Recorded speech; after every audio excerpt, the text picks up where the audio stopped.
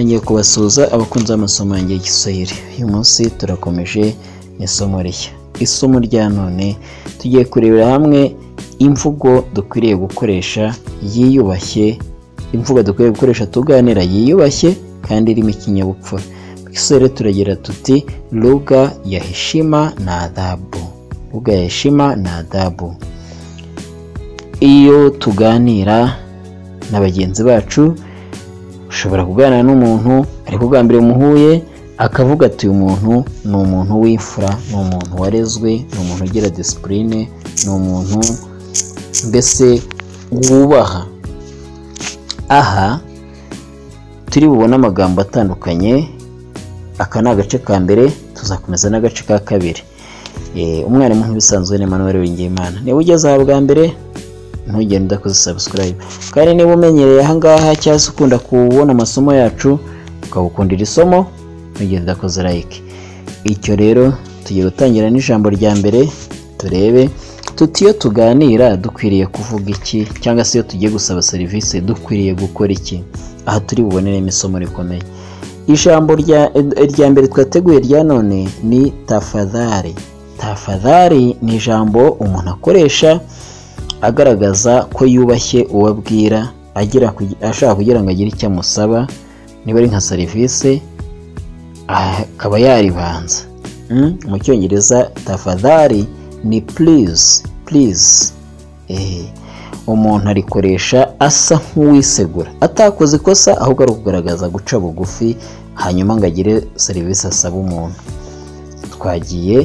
Tugiye noneho hano dufite n'urugero rundi rwo dushobora kuba twakoreshaho, ariko ni nyinshi twakoresha. Turagira tuti tafadhali nionyeshe njia ya kufika sokoni.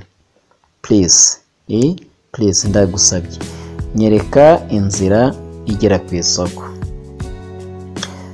Buriya kenshi iyo turimo gusaba serivisi, hari ubwo ushobora gusaba serivisi usa nkaho uri gutegeka, cyangwa se uyisaba wayimusaba usa nkaho uri gukoresha imvugo itarimo ikinyabupfura, serivisi akaba atayiguha, cyangwa se akayiguha ariko avuga ati uyu muntu nubwo muhaye serivisi ntabwo ari umuntu warezwe.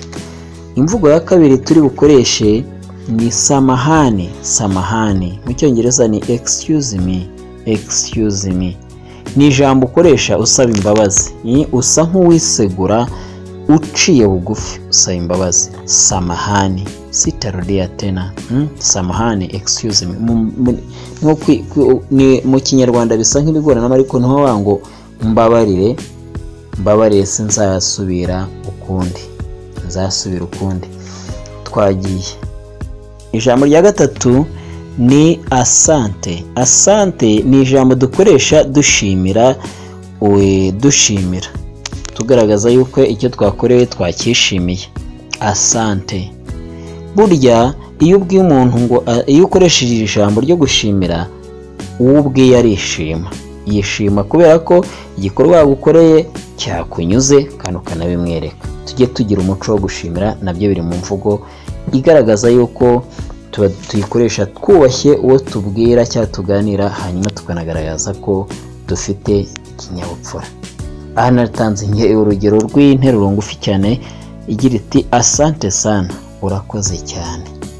Tujye twibuka gushimira umuntu igihe adukoreye neza. Urugero rwa kane ni ijambo sorry. Mu Giswahili pole.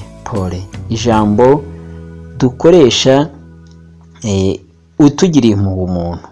Ijambo ukoresha ugiriye impuhwe umuntu ari mu bihe bitari byiza, arwaye se, cyangwa se ubona ababaye, ari mu bihe runaka bitamworoheye. Pole. Aguye se, mbega hari akantu kabi kamubayeho ukamuhumuriza. Aha ngaha hanafashe nabwo interuro ngufi. Pole ndugu, ihangane muvandi. Interuro ngufi. Dukomeze n'indi. Hari izindi mvugo nazo dukoresha, nk'iyo tuvuze mujamzito. Mujamzito ni umuntu utwite. Gutwita, kuba mujamzito ni ugutwita.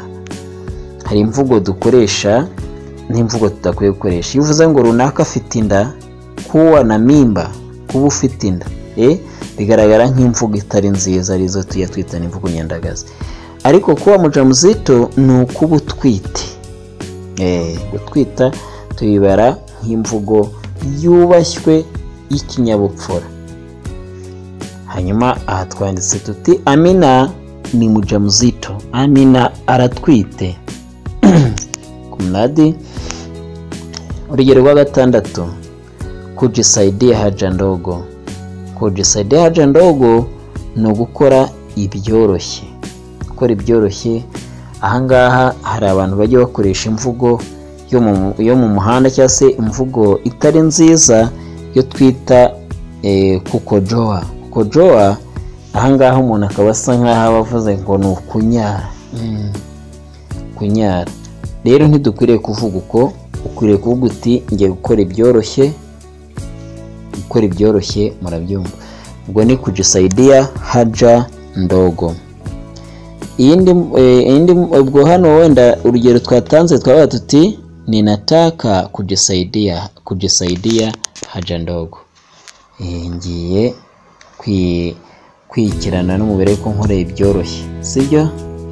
Hanyuma interuro yindi cyangwa se ijambo rikurikiyeho rya karindwi ni kujisaidia haja kubwa. Kujisaidia haja kubwa ni ugukora ibikomeye. Aha naho twataza urugero, ninataka kujisaidia haja kubwa. Iyo ni imvugo nziza cyangwa se imvugo irimo ikinyabupfura. Ukoresheje imvugo itari nziza, kujisaidia haja ndogo, twabonye ko avuga ngo kukojoa. Kukojoa ntukwiriye kubikoresha oya. Kujisaidia haja kubwa ni kunya. Kunya ntabwo ukwiriye kuvuga ngo ninataka kunya.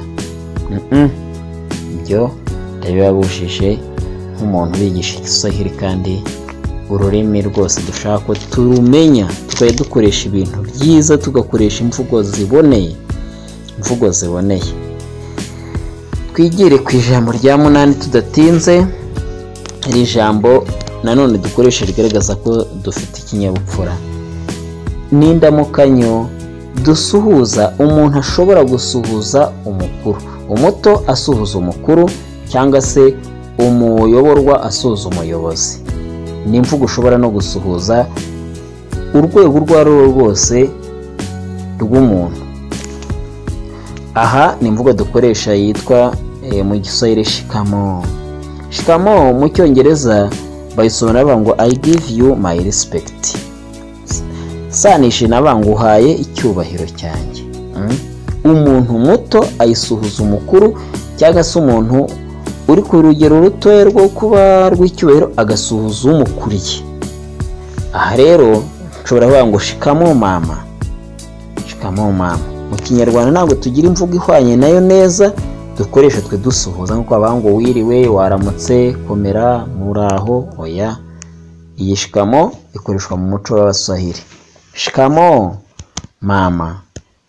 Usubiza aragira ati marahaba. Marahaba nayo igaragaza ngo nemeye icyubahiro cyawe. I accept your respect. Mu Cyongereza tuvuga ni ko kuryenekereza. Hanyuma ushobora no kuvuga shikamo mukurugenzi. Mukurugenzi ni directeur.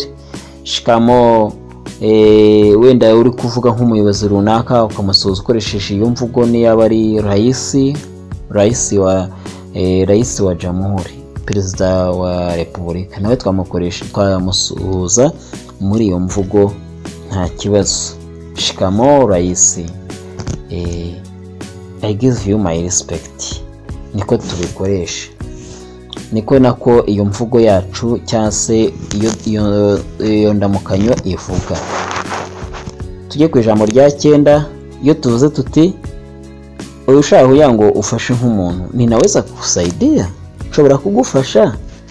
Ubwira yumva ko umugiriye impuhwe kandi ko umufitiye urukundo. Irya nyuma ni karibu. Ijambo karibu turikoresha turimo gutanga ikaze. Gutanga ikaze ku muntu runaka. Ese ari kuza tugana, aje mu rugo iwacu, ese ari kuza mu kigo cyacu, aje muri hoteli yacu, iyo karibu turayikoresha welcome. Natanze urugero rugira ruti karibu kwetu. ikaze iwacu. Bakunze amasomo yanjye rero, isomo ryacu nahangaha turisoreje. Reka mu nkundire soreza ahangaha. Mwari kumwe na Emmanuel Uwingiyimana. Niba ugeze aha bwa mbere ukaba wakunze isomo ryacu, ntugende udakoze like ndababwira kuyikora kubera ko na amasomo yacu n'ubundi ushaka kurikunda ukumva ko urarikunze, ukora ari kubera ko urikunze. Kandi niba ari bwo bwa mbere ugeze ahangaha, ntugende udakoze subscribe. Ndabakunda cyane, tuzakomeza muri video z'ubutaha. Imana ibarinde. Asanteni sana, mwakoze kureba video yacu. Ninawapenda sana, kwa heri.